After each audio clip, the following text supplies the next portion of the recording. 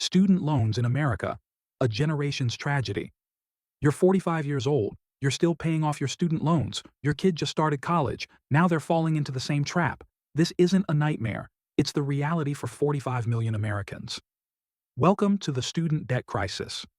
The American dream or American nightmare. Once upon a time in America, a college education was considered the most valuable gift a middle-class family could give their child. In the 1970s, a student could pay their annual tuition by working part-time during summer break. Today, that same student couldn't cover their school's tuition even if they worked full-time for 4 years straight. So how did this happen?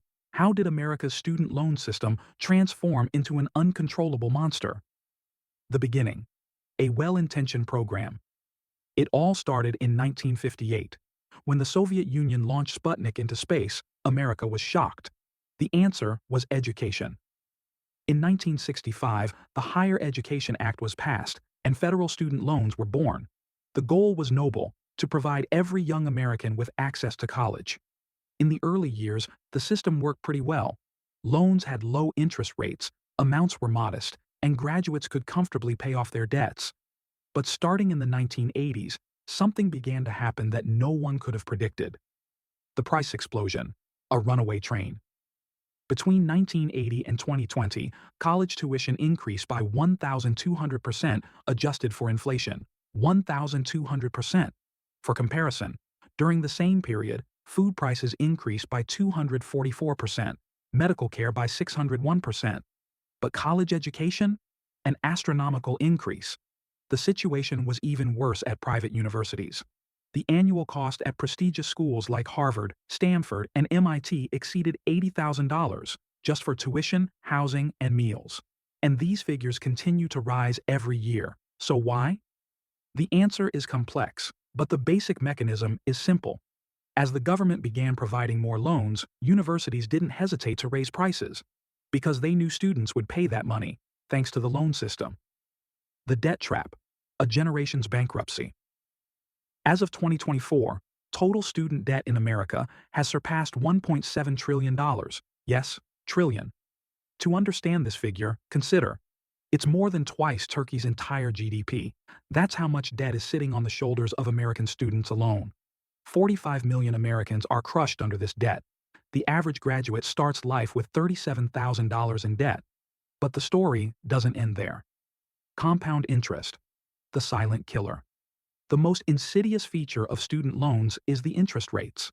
Federal loans range from 4 to 7%, while private loans can go up to 12%. And this is where compound interest comes into play. Take Sarah's story, for example. She graduated from medical school with $200,000 in debt. During her internship and residency years, she's making minimum payments. 10 years later, her total debt has grown to $280,000 because the money she's paying only covers the interest. The principal barely decreases. Economic and social collapse. This crisis isn't just an individual problem. It's stealing an entire generation's future. Homeownership, a deferred dream. For millennials and Gen Z, owning a home has become nearly impossible. The $800 to $1,500 monthly student loan payment they're making to banks makes saving for a down payment impossible. Homeownership rates for Americans in their 30s are 8% lower than their parents' rates at the same age. Marriage and family. Life on hold. The statistics are grim. Couples with student debt postpone marriage by an average of 7 years. They delay having children even longer. Many say, I need to get out of debt first. But that day never comes. Career choices. Captive souls. One of the most heartbreaking consequences is this. Young people are forced to choose not the jobs they're passionate about, but the jobs that will pay off their debts. Someone who wants to be a teacher goes to Wall Street.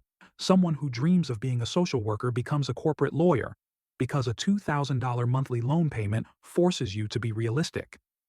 The system's dark irony. Unforgivable debts. Here's the most ironic part.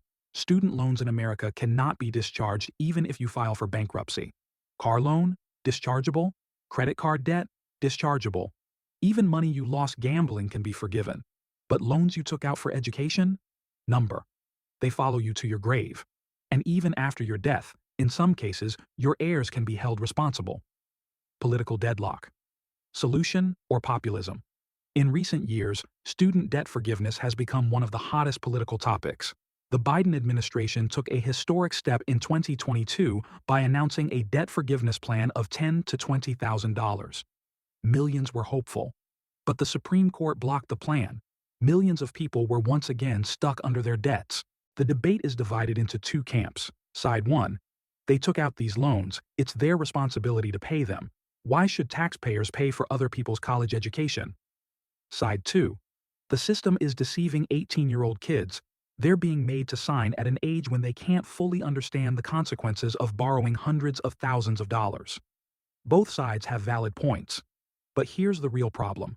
No political solution addresses the underlying issue, the runaway cost of college education. Comparison. How does the world do it? To understand America's situation, we need to look at other countries. Germany.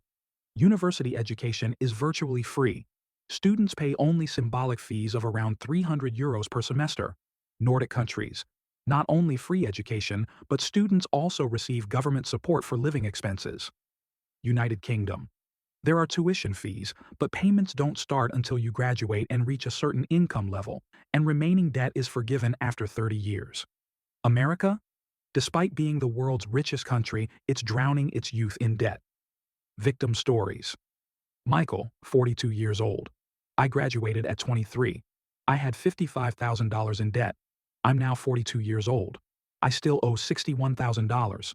I can't buy a house. I can't have kids, and I can't even think about retiring. Jennifer, teacher. I teach children to read and write. I make $45,000 a year, but my student loan is $89,000. Every month, a third of my salary goes to loan payments. We're a family of 4, and we're living on the edge of poverty. Dr. Rodriguez. I spent 12 years in training to become a doctor. I have $320,000 in debt. I save people's lives, but I can't sustain my own life. The future. Is there hope? While the situation looks bleak, there are some rays of hope. Growing awareness. Younger generations see that the system isn't fair and are raising their voices. Alternative education models, boot camps, online certifications, and open universities are offering alternatives to traditional education. Political pressure. Every day, more politicians are being forced to take the issue seriously. State solutions. Some states are launching their own debt forgiveness programs. Conclusion. A nation's future at risk. America's student loan crisis isn't just an economic issue, it's a social justice problem. It reminds us of the truth that education is a right that shouldn't turn into debt slavery. This $1.7 trillion mountain of debt has taken hostage an entire generation's dreams, marriages, careers, and futures. And the system continues to drag thousands more young people to the same fate every day. Perhaps the most important question we need to ask is, what is the value of an educated society? And is it worth sacrificing a generation to achieve that value? The answer is more urgent than ever. Because every day, somewhere, an 18-year-old is signing a loan contract that will affect the rest of their life. And most won't understand the true cost of that document they signed until years later. This isn't just an American problem, it's a cautionary tale for the world to watch. When education becomes commercialized, the future gets mortgaged.